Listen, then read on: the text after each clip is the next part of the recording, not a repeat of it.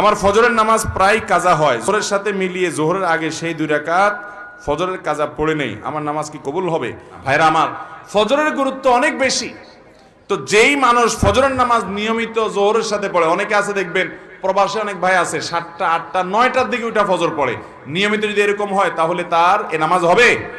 ভাইরা আমার, একবার হঠাৎ 2 মাস 4 মাস পরে 6 মাস পরে জীবনে হঠাৎ একবার হয়েছে, হ্যাঁ ফজর নামাজ আপনি উঠতে পারেন নাই, মোবাইলে অ্যালার্ম বাজছে তাও হুঁশ নাই, এটা গ্রহণযোগ্য। নবী সাল্লাল্লাহু আলাইহি সাল্লামের জীবনে একবার ফজর কাজা হয়েছে। কয়বার কাজা হয়েছে? একবার। তো আপনার জীবনে 2 4 10 বার এভাবে হতে পারে, কিন্তু প্রতিদিন হওয়া এটা কোনো অবস্থাতে গ্রহণযোগ্য হতে পারে? ঠান্ডা মাথায় যারা নামাজ পড়ার এশার পরে শোয়ার সময় নিয়ত করে থয় যে সকাল 8টার দিকে উঠবে, অ্যালার্ম দিয়ে থয়, তার ঈমান আছে কিনা এটা নিয়ে অনেক উলামা ইকরাম সন্দেহ করেছেন। কারণ হলো ঠান্ডা মাথায় সে নামাজ পড়বে না, পরিকল্পনা করে সে শুইছে। আল্লাহ তাআলা আমাদেরকে ফজর নামাজ গুরুত্ব বুঝার তৌফিক দান করুন।